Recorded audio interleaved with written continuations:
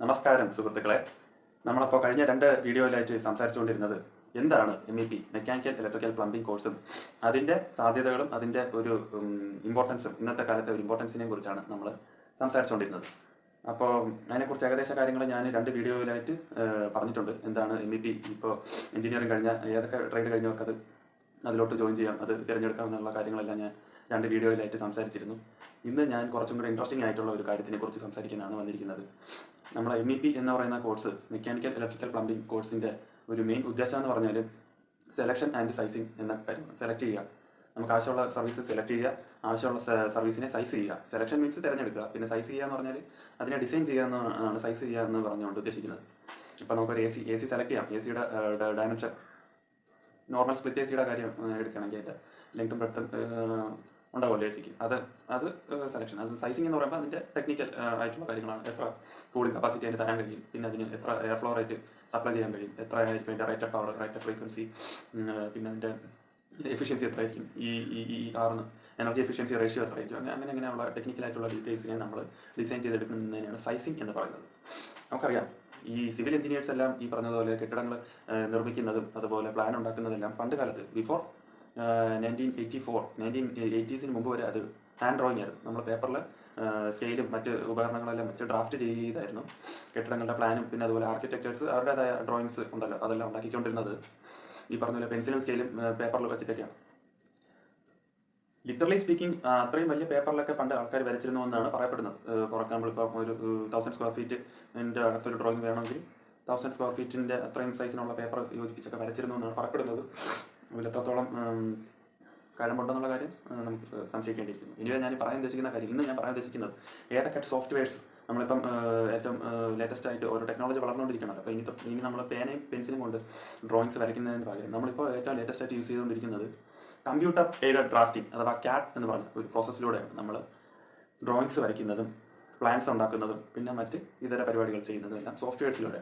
അപ്പോൾ ഇന്ന് ഞാൻ പറയാൻ പോകുന്നത് എന്തൊക്കെ ടൈപ്പ് സോഫ്റ്റ്വെയറുകളാണ് നമ്മൾ MEP, മെക്കാനിക്കൽ ഇലക്ട്രിക്കൽ പ്ലംബിംഗ് കോഴ്സിനെ സർവീസ് നിർമ്മിക്കാൻ വേണ്ടിയിട്ട് അല്ലെങ്കിൽ ഡിസൈൻ ചെയ്യാൻ വേണ്ടിയിട്ട് യൂസ് ചെയ്യുന്ന സോഫ്റ്റ്വെയർസ് എന്തൊക്കെയാണെന്ന് നമുക്ക് നോക്കാം. അപ്പോൾ ഇതിലെ ഓരോ സോഫ്റ്റ്വെയർസ് ആയിട്ട് നമുക്ക് കണ്ടുനോക്കാം ഏതൊക്കെയാണെന്ന്. ഇതിൽ ഏറ്റവും ഫസ്റ്റ് വരുന്നത്, ഏറ്റവും പ്രധാനപ്പെട്ടതുമായിട്ടുള്ള സോഫ്റ്റ്വെയർ എന്ന് പറഞ്ഞത് ഓട്ടോഡെസ്ക് കമ്പനി നിർമ്മിച്ച AutoCAD എന്ന് പറഞ്ഞ സോഫ്റ്റ്വെയർ തന്നെയാണ്. AutoCAD എന്ന് പറഞ്ഞാൽ നമുക്കറിയാം, അതിൻ്റെ പേര് സൂചിപ്പിക്കുന്ന പോലെ കമ്പ്യൂട്ടർ എയ്ഡഡ് ഡ്രാഫ്റ്റിങ്ങിനെ സഹായിക്കുന്ന ഒരു സോഫ്റ്റ്വെയർ ആണ്. ലോകം മൊത്തം അറിയപ്പെടുന്ന ഒരു സോഫ്റ്റ്വെയർ ആണ് AutoCAD എന്ന് പറയുന്ന സോഫ്റ്റ്വെയർ. നമ്മളൊക്കെ നാട്ടിൽ CAD സെൻറ്റേഴ്സ് ഉണ്ടല്ലോ, CAD-ൻ്റെ ഒറിജിനൽ കമ്പനി തന്നെയാണ് അത്. CAD-ൻ്റെ ട്രെയിനിങ് സെൻറ്റേഴ്സ് എല്ലാം ഇവിടെ ഉണ്ട്. പക്ഷേ അത് ഒരു ജോബ് ഓറിയൻറ്റഡ് രീതിയിലാണോ എന്ന് ചോദിച്ചാൽ അതിൻ്റെ അകത്തുള്ള ബേസിക് ആയിട്ടുള്ള കാര്യങ്ങളെല്ലാം പഠിപ്പിച്ച് ഉള്ള രീതിയിലാണ് അവർ പഠിപ്പിക്കുന്നത്. പക്ഷേ നമ്മളിപ്പോൾ MEP-യുടെ വ്യൂ പോയിന്റ് ഓഫ് വ്യൂയിലൂടെ നോക്കുകയാണെങ്കിൽ നമ്മളതിൻ്റെ ഡിസൈൻ ആസ്പെക്റ്റിലും പിന്നെ സൈസിങ് ആസ്പെക്റ്റിലാണ് കൂടുതൽ അറിയേണ്ടത്. AutoCAD-നെ കുറിച്ച് സംസാരിക്കുകയാണെങ്കിൽ അത് ഒരുപാട് തരത്തിലുള്ള AutoCAD ഉണ്ട്. AutoCAD ഇലക്ട്രിക്കൽ, AutoCAD മെക്കാനിക്കൽ, പിന്നെ normal AutoCAD civil, AutoCAD architectural. ഇതിൻ്റെയൊക്കെ ഒരു പ്രത്യേകത എന്താണെന്ന് വെച്ചാൽ അതിൻ്റെ സപ്പോർട്ട് ചെയ്യുന്ന ടൂൾസും മറ്റ് റിബൺസും പാറ്റേൺസ് എല്ലാം അതിൻ്റെ അകത്ത് കൂടുതലുണ്ടായിരിക്കും. ഓരോ സ്പെസിഫിക് വെർഷൻ AutoCAD മെക്കാനിക്കലിനെ സപ്പോർട്ട് ചെയ്യുന്ന ടൂൾസ് ഒരുപാട് കൂടുതലുണ്ടായിരിക്കും. AutoCAD ഇലക്ട്രിക്കലിൻ്റെ സർക്യൂട്ട് ഡയഗ്രാംസും അതും ഇതെല്ലാം വരയ്ക്കാനായിട്ട് ഹെൽപ്പ് ചെയ്യുന്ന ഇൻ്റർഫേസ് ആയിരിക്കും കൂടുതലുള്ളത്. അപ്പോൾ AutoCAD-ലാണ് നമ്മുടെ MEP സർവീസിലെ ഒരു നമുക്ക് പറയാൻ പറ്റിയ ഒരു 70% അല്ലെങ്കിൽ 80% പ്രവർത്തികൾ നമ്മൾ ചെയ്യുന്നത് AutoCAD തന്നെയാണ്. കാരണം AutoCAD ഒരു കാണുമ്പോൾ ഒരു സാധാ ഒരു സോഫ്റ്റ്വെയർ ആണെങ്കിലും അതിൽ ഒരുപാട് പോസിബിലിറ്റീസും ഒരുപാട് ടൈപ്പ് ഡ്രോയിങ്സും എല്ലാം നമുക്ക് വരയ്ക്കാൻ പറ്റും. At the end point of എന്താണ് പ്രിന്റിങ്, ഒരു കംപ്ലീറ്റ് ഡ്രോയിങ് പ്രിന്റ് ചെയ്ത് എടുക്കുന്നവരുള്ള എല്ലാ മേജർ ഡ്യൂട്ടീസും വർക്കും നമുക്ക് AutoCAD-ൽ ചെയ്യാൻ സാധിക്കും. AutoCAD-ൽ നമുക്ക് ഇലക്ട്രിക്കൽ ഡ്രോയിങ് വരയ്ക്കാൻ പറ്റും. AutoCAD-ൽ നമുക്ക് മെക്കാനിക്കൽ സർവീസസ് ആയിട്ടുള്ള എല്ലാത്തിൻ്റെയും എയർ കണ്ടീഷനിങ്ങും പിന്നെ പ്ലംബിങ്ങിൻ്റെ മോട്ടോഴ്സും ഇതെല്ലാം നമുക്ക് അതിൽ വരയ്ക്കാൻ സാധിക്കും. അങ്ങനെ ഭയങ്കര ഹെൽപ്ഫുൾ ആയിട്ടുള്ള ഒരു സോഫ്റ്റ്വെയർ ആണ് AutoCAD. ഡ്രാഫ്റ്റിംഗ് ആണ് AutoCAD-ൻ്റെ മെയിൻ ധർമ്മം. രണ്ടാമത് ഞാൻ പറയാൻ പോകുന്നത് റെവിറ്റ് സോഫ്റ്റ്വെയറിനെ കുറിച്ചാണ്. റെവിറ്റും ഓട്ടോഡെസ്ക് എന്ന് പറഞ്ഞ കമ്പനി നിർമ്മിച്ച ഒരു സോഫ്റ്റ്വെയർ തന്നെയാണ് റെവിറ്റ്. റെവിറ്റിൻ്റെ അകത്ത് നമ്മൾ പ്രധാനമായിട്ടും ചെയ്യുന്നത് model and specifically speaking building information model. നമുക്കത് മോഡൽ ചെയ്യാൻ വേണ്ടിയിട്ടുള്ള ഒരു സോഫ്റ്റ്വെയർ. റെവിറ്റ് ഈ പറഞ്ഞതുപോലെ ഒരു മോഡലിംഗ് ആണ്. അതിൻ്റെ അകത്ത് ഡ്രാഫ്റ്റിങ്ങിനെക്കാട്ടും കൂടുതൽ അത് ഹെൽപ്പ് ചെയ്യുന്നത് മോഡലിങ്ങിനാണ്. അതായത് നമ്മൾ വരച്ച AutoCAD-ൽ ഡ്രാഫ്റ്റ് ചെയ്തെടുത്ത ഒരു ഡ്രോയിങ്ങിനെ നമുക്ക് 3D ആയിട്ട് കാണണമെന്നുണ്ടെങ്കിൽ നമുക്ക് റെവിറ്റ് എന്ന് പറഞ്ഞ സോഫ്റ്റ്വെയറിനകത്തോട്ട് അത് ഇമ്പോർട്ട് ചെയ്താൽ മതി.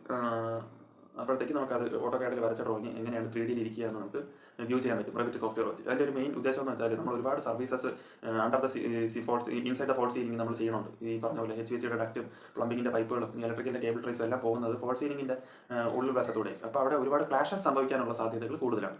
അതായത് ഒരു സർവീസും മറ്റൊരു സർവീസുമായിട്ട് തമ്മിൽ ക്ലാഷ് ഉണ്ടാവാൻ സാധ്യതയുണ്ട്. അപ്പോൾ അത് ഒഴിവാക്കിക്കൊണ്ട് വേണം നമ്മൾ അതിൻ്റെ റൂട്ട് നിശ്ചയിക്കാനായിട്ട്. എന്നാലേ നമുക്ക് ഇതിനെല്ലാം ഒരു പാറ്റേണിൽ അല്ലെങ്കിൽ ഒരു യൂണിഫോം രീതിയിൽ എല്ലായിടത്തോട്ടും നമുക്ക് ഇതിനെ ഡിസ്ട്രിബ്യൂട്ട് ചെയ്ത് കൊണ്ടുപോകാൻ പറ്റും. ഒരു പൈപ്പ് ചെന്ന് വേറൊരു ഡെറ്റിൻ്റെ ഉള്ളിലൂടെ തുളച്ച് പോകുക എന്നുള്ളത് സമ്മതിച്ചു കൊടുക്കാൻ പറ്റും. സമ്മതിച്ചു കൊടുക്കാൻ അത് പോസിബിൾ അല്ലല്ലോ. അങ്ങനെ നമുക്ക് സർവീസിനെ കൊണ്ടുപോകാൻ പറ്റില്ല. അപ്പോൾ അതെല്ലാം നമുക്ക് വ്യൂ ചെയ്യാൻ വേണ്ടി 3Dയിൽ ഡിറ്റക്ട് ചെയ്യാൻ വേണ്ടിയിട്ടാണ് റെവിറ്റ് എന്ന് പറഞ്ഞൊരു സോഫ്റ്റ്വെയർ നമുക്ക് കൂടുതൽ ഹെൽപ്പ് ചെയ്യുന്നത്. അത് മാത്രമല്ല നമുക്ക് അതിൻ്റെ അകത്ത് ഒരു ബിൽഡിങ്ങിൻ്റെ ഉള്ളിലുള്ള സ്റ്റെപ്പും പിന്നെ അതുപോലെ റൂമിൻ്റെ അകത്തുള്ള പ്രോപ്പർട്ടീസും പിന്നെ അതുപോലെ ഏറ്റവും ടോപ്പ് വരെയുള്ള റൂഫ് ഫ്ലോറും ഹെഡ് റൂമും എല്ലാം നമുക്ക് അതിൻ്റെ അകത്ത് ഡിസൈൻ ചെയ്തെടുക്കാൻ പറ്റും. ഒരു കംപ്ലീറ്റ് ബിൽഡിംഗ് തന്നെ അതിൻ്റെ അകത്ത് ഡിസൈൻ ചെയ്തിട്ട് ഈ പറഞ്ഞ പോലെ സർവീസസ് നമുക്ക് അതിൻ്റെ അകത്തൂടെ കൊണ്ടുപോകാൻ പറ്റും. അങ്ങനെ ഭയങ്കര മോഡലിംഗ് ഭാഗത്തോടെ നോക്കുമ്പോൾ നല്ലൊരു ഹെൽപ്ഫുൾ ആയിട്ടുള്ള സോഫ്റ്റ്വെയർ തന്നെയാണ് റെവിറ്റ്. അതിൻ്റെ അകത്ത് കുറച്ച് ഇൻട്രസ്റ്റിംഗ് ആയിട്ടുള്ള ഫീച്ചേഴ്സാണ് ക്യാമറ എന്ന് പറഞ്ഞൊരു ഓപ്ഷൻ ഉണ്ട്. നമുക്കിപ്പം ഏതെങ്കിലും റൂമിൻ്റെ അകത്തായിക്കോട്ടെ അല്ലെങ്കിൽ ബിൽഡിങ്ങിൻ്റെ പുറത്തായിക്കോട്ടെ നമുക്ക് ക്യാമറ എന്ന് പറഞ്ഞൊരു ടൂൾ വെച്ചിട്ട് ഒരു സ്നാപ്പ് എടുക്കാം. നമ്മൾ ക്യാമറയിൽ ഒരു ഷോട്ട് എടുക്കുന്ന പോലെ ഒരു ഷോട്ട് എടുത്തിട്ട് നമുക്ക് അതിനെ റിയലിസ്റ്റിക് മോഡിൽ കൊണ്ടുവരാം. അതായത് ഇപ്പോൾ നമ്മളൊരു ക്ലാസ് റൂമാണെന്ന് കൺസിഡർ ചെയ്യുക. ക്ലാസ് റൂമിൻ്റെ അകത്ത് ഇരുന്ന് നമ്മൾ നോക്കുമ്പോൾ ബെഞ്ച്, ഡെസ്ക് പിന്നെ അതുപോലെ ബ്ലാക്ക് ബോർഡ്, ഫാൻ, ലൈറ്റ് എല്ലാം നമുക്ക് റിയലിസ്റ്റിക് ആയിട്ട് കാണാനായിട്ടുള്ള ഒരു ഓപ്ഷൻ ഉണ്ട് ക്യാമറയ്ക്കകത്ത്. പിന്നെ അതുപോലെ വാക്ക് ത്രൂ എന്ന് പറഞ്ഞാൽ മറ്റൊരു ഇൻട്രസ്റ്റിംഗ് ആയിട്ടുള്ള ഒരു ഓപ്ഷനും കൂടെ ഉണ്ട്. അതെന്ന് പറഞ്ഞാൽ നമ്മൾ ബിൽഡിങ്ങിൻ്റെ പുറത്ത് നിൽക്കുകയാണ്. ബിൽഡിങ്ങിൻ്റെ പുറത്ത് നിന്നുകൊണ്ട് നമുക്ക് ബിൽഡിങ്ങിൻ്റെ ഡോർ തുറന്ന് ആ ഒരു ബിൽഡിങ്ങിൻ്റെ ഉള്ളിൽ കയറി എല്ലാ റൂം വഴി ഇങ്ങനെ സഞ്ചരിച്ച് ഒരു ലാസ്റ്റ് ബിൽഡിങ്ങിൻ്റെ അവസാനത്തെ വാതിൽ വഴി പുറത്തിറങ്ങുന്ന ഒരു അനിമേറ്റഡ് രീതിയിലുള്ള ഒരു ഫീച്ചറും ഉണ്ട് റെവിറ്റിൻ്റെ അകത്ത്. അത് മാത്രമല്ല ഒരുപാട് സാധ്യതകളുണ്ട് റെവിറ്റിനകത്ത്. ഞാൻ എൻ്റെ ഒരു അനുഭവം വെച്ചിട്ടുള്ള രീതിയിലാണ് ഇപ്പോൾ ഇതിനെക്കുറിച്ച് സംസാരിക്കുന്നത്. അടുത്ത് മൂന്നാമതൊരു ഏറ്റവും പ്രധാനപ്പെട്ട സോഫ്റ്റ്വെയർ എയർ കണ്ടീഷനിങ്, അതായത് നമ്മുടെ HVACയെ ഹെൽപ്പ് ചെയ്യുന്ന ഒരു സോഫ്റ്റ്വെയർ ആണ്. നമ്മളിപ്പോൾ MEP കുറിച്ച് പറയുകയാണെങ്കിൽ ഏതൊക്കെയുണ്ട്, HVAC ഉണ്ട്, പ്ലംബിംഗ് ഉണ്ട്, പിന്നെ അതുപോലെ ഇലക്ട്രിക്കലുണ്ട്. അപ്പോൾ നമുക്ക് ഏറ്റവും കൂടുതൽ സ്റ്റാൻഡേർഡ്സും വാല്യൂസ് എല്ലാം നമുക്ക് റെഫറൻസ് ആയിട്ട് എടുത്ത് ചെയ്യാൻ പറ്റുന്ന ഒരു റീജിയൻ എന്ന് പറയുന്നത് HVACയുടെ റീജിയനാണ്. അതിൽ നമുക്ക് ഒരുപാട് സ്റ്റാൻഡേർഡ്സ് റെഫറൻസസ് എല്ലാം നമുക്ക് എടുത്ത് ചെയ്യാൻ പറ്റും. ഏറ്റവും മിനിമൽ ആയിട്ടുള്ളത് ഏതാണെന്ന് വെച്ചാൽ പ്ലംബിങ്ങിനാണ്. പ്ലംബിങ്ങിന് അങ്ങനെ സ്റ്റാൻഡേർഡ്സും കോഡ്സും നമുക്ക് ഒരുപാട് ഡിപ്പെൻഡ് ചെയ്യാൻ പറ്റില്ല. കുറച്ചെല്ലാം നമ്മുടെ ലോജിക്ക് വെച്ചിട്ട് കൂടെ ചെയ്യേണ്ട ഒരു കുറച്ച് റിസ്കി പാർട്ട് എന്ന് പറയുന്നത് പ്ലംബിങ്. പക്ഷേ HVACക്ക് നമുക്ക് സപ്പോർട്ട് ചെയ്യാൻ ഒരുപാട് ഫണ്ടമെന്റൽസും പിന്നെ അതുപോലെ സ്റ്റാൻഡേർഡ്സും ബുക്സൊക്കെ ഉണ്ട്. നമ്മളത് നോക്കി തന്നെയാണ് ബന്ധപ്പെട്ട എല്ലാ രാജ്യത്തും ചെയ്യുന്നത്.